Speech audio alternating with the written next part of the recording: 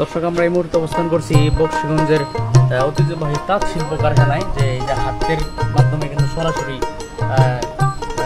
ছাপ বাগানো হচ্ছে। ভাই, এগুলো কি ছাপ, মানে কি বলে যে হাতে যে মানে ছোট ছোট ই করতেছেন, এই যে হাতে এগুলো হলো আপনার ফুল নকশা। ফুল নকশা বলে এগুলো না? আচ্ছা, এই শাড়ির নামটা কি শাড়ি ভাই? জামদানি শাড়ি। জামদানি শাড়ি। আচ্ছা, আবার প্রথমে নাম্বারটা দিয়ে রাখি এই ভিডিওর মধ্যে। আপনার নাম্বারটা একটু বলেন। 018 78 78 2563 2563। আর উনি কিন্তু 28 সবার লাস্টে।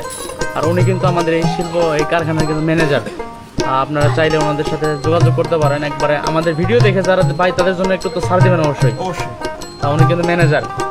আমাদের ভিডিও দেখে যারা যোগাযোগ করবেন, যদি কেউ বাইরে থেকে আমাদের কারখানা থেকে শাড়ি নিতে চায়, হ্যাঁ, আমরা পাইকারি রেট দিতে পারবো। মানে পাইকারি রেটও আর কি দিতে পারবেন, খুচরার চেয়েও আর কি।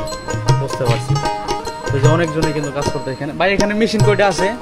মানে আপনার 8টা মেশিন আছে। আজকে অফ ডে, তাই না? বৃহস্পতিবার অফ ডে, এই জন্য আর কি কাজ হচ্ছে না। আপনি ম্যানেজার, নিজস্ব দায়িত্ব নেই আর কি, যদি মানে সম্ভবত একটু তাগিদ আছে নাকি, এই জন্য আর কি আপনি কাজ করতেছেন।